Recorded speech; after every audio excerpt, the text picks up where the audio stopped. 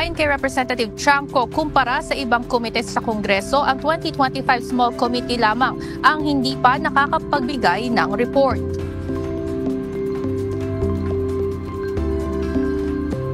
Lahat ng committee may committee report. Yes. Okay. So, dalawang pagkakataon, di ba kasi lahat nakatingin doon sa BICAM? Yeah. Ang sinasabi yung BICAM is not transparent. But ang nakakalimutan, the small committee at the is House. not transparent also. At the House yan, Oo. At yung BICAM, at least, may pinipirmahan yung BICAM countries na BICAM report. Yes. Binibigyan kami ng BICAM report. Yes. Yung small committee, wala pa akong nakitang report nun. Anya sa small committee, ipinapasa ang mga institutional amendments at ito ang nagdedesisyon kung ano ang tatanggapin, tatanggalin at kung saan kukuhanin ang mga pondo para sa 2025 General Appropriations Bill. Ngunit walang ulat na nakukuha ang Kamara patungkol dito. Anya, tanging si Ako Bicol Party List Representative Elizalde ko lamang ang makakasagot nito bilang ito ang chairperson ng House Committee on Appropriations ng 19th Congress noong nakaraang taon. Dagdag pa ng Ayon kay PAGCOR Chairman at CEO Tenco, wala silang kapangyarihan na magpasara sa illegal online gambling sites na mga ito. Kaya ang ginagawa ng PAGCOR, nakikipag-ugnayan sa mga kinauukulang ahensya ng pamahalaan gaya ng Department of Information and Communications Technology, Cybercrime Investigation and Coordinating Center, Philippine National Police Anti-Cybercrime Group at National Bureau of Investigation. Sa 12,000 illegal online gambling sites, nasa 8,000 na umano ang na-take down o na-block ng mga ito. Makikipag-tie-up din ng PAGCOR sa software companies sa mga susunod na buwan para may magamit na AI-powered tools at matrack ang playing habits ng mga consumer. Samantala, hirapan anyang isabatas ang anti-political dynasty dahil magkakamag-anak din ang nasa Kongreso. Sa isinagawang pagdinig sa Senado, kinuwestiyon ng senador ang malabong definisyon ng political dynasty sa Article 2, Section 26 ng 1987 Constitution. Anya, dapat ay naging malinaw sa saligang batas ang saklaw at limitasyon ng terminong ito upang hindi naaabuso. Sinasabi po niya sa Constitution, it depende sa Congress. Lumalabas po ngayon, ayaw po at nahihirapan po ipasa dahil may mga kukontra po rito. Yung gray area na ito, doon pumasok yung mga itong mga families, itong magkakamag-anak. Kaya po marami tayong ganito ngayon. Isinusulong sa Kamara ang mandatory na pagbibigay ng 14th month pay sa mga pribadong sektor.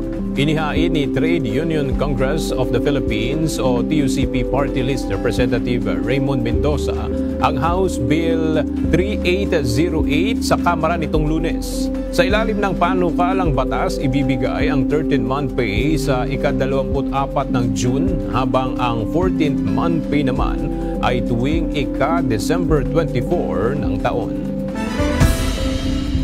Matapos ang kontrobersiya patungkol sa paggamit umano ng marijuana ng isang staff sa loob ng Senate building kamakailan, lumabas na ang resulta ng drug test ng ilang tauhan sa Senado. Narito ang report ni Ivan Alvarez. Sumailalim sa drug test kahapon si Senator Raffy Tulfo at 54 sa mga staff nito. Kahapon rin ay natanggap ang resulta na nagnegatibo ang lahat ng nakuhang urine specimen mula sa mga ipinagbabawal na droga. Out of 55 urine specimens collected, there are no positive for methamphetamine hydrochloride, THC or cannabis, MDMA or ecstasy, and cocaine. Una nang sinabi ng senador na kung may magpositibo sa kanyang mga staff ay tatanggalin niya ito sa serbisyo. Dagdag pa ni Senator Tulfo, bukod sa isinagawang mandatory drug test ay nakatakdang magpatupad pa siya ng random o biglaang testing sa kanyang opisina. Binibinipikan na ng Technical at Financial Audit Team ng Department of Public Works and Highways o DPWH ang ang mga tinaguriang ghost projects sa flood control. Ito ang kinumpirma ni DPWH Secretary Manuel Bonoan matapos masiwalat sa pagdinig ng Senate Blue Ribbon Committee ang mga naturang proyekto. Sa ngayon anya, sa Bulacan lang ang kanilang isinasagawang investigasyon kaugnay ng ghost projects. I'm awaiting for the result of their investigation. And if we find anything na ghost project na dito, we'll have to sanction anybody who is involved in this ghost project.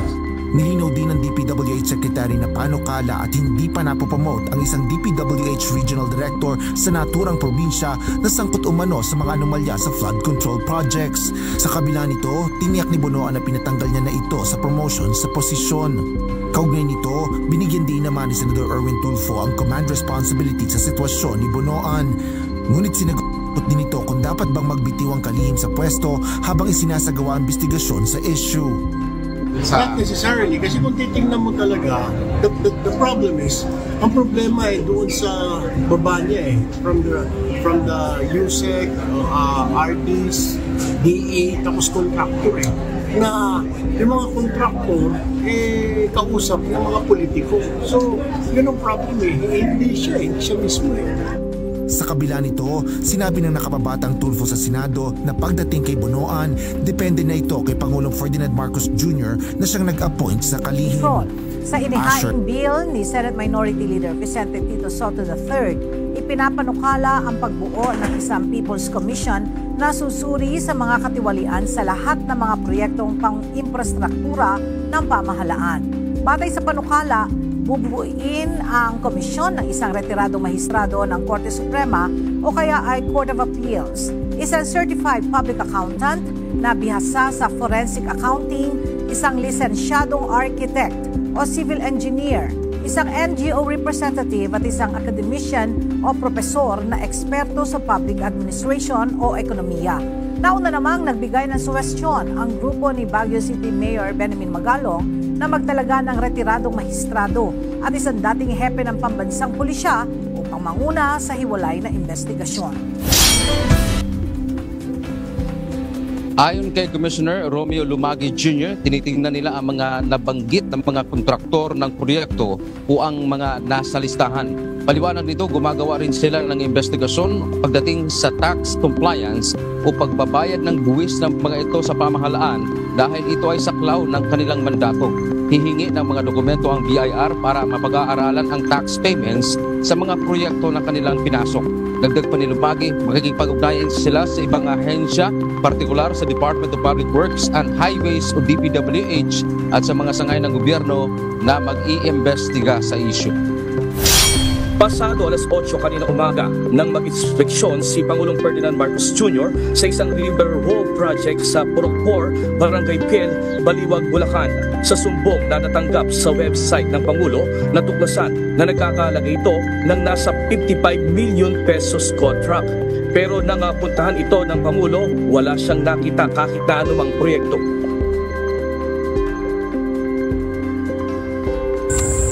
As of last month, June, ang report nito 100% complete at saka fully paid.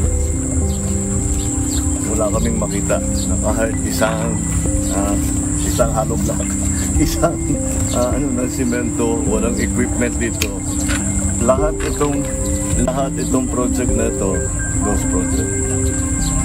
Walang Nagsagawa ng pag-inspeksyon sina San Juan City Mayor Francis Zamora at Metropolitan Manila Development Authority Chairman Romando Artes sa San Juan River kaninang umaga.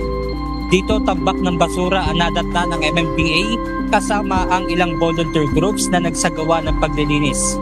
Dahil dito balak kausapin ni Mayor Zamora ang iba pang alkalde na magkaroon ng ordinansa na magpapataw ng mas mataas ng multa laban sa mga nagtatapon ng basura. I-dismiss dahil walang merito. Ito ang komento ng kampo ni Vice President Sara Duterte na isinumite sa Korte Suprema ang kaugnay ng motion for reconsideration ng Kamara matapos ideklarang unconstitutional ang articles of impeachment laban sa pangalawang Pangulo. Ayon sa bise, hindi kailangan ng factual correction o pagtutuwid sa desisyon ng Korte. Ito ay nakasandal sa pundasyon ng katotohanan. Sa motion ng House of Representatives, sinabi nitong nararapat na ituwid ang factual misunderstanding na inilatag ng Supreme Court sa kanilang desisyon tulad ng hindi napagbotohan sa plenaryo ang ika-4 na impeachment complaint na naipadala sa Senado. Dagdag pa ng kampo ni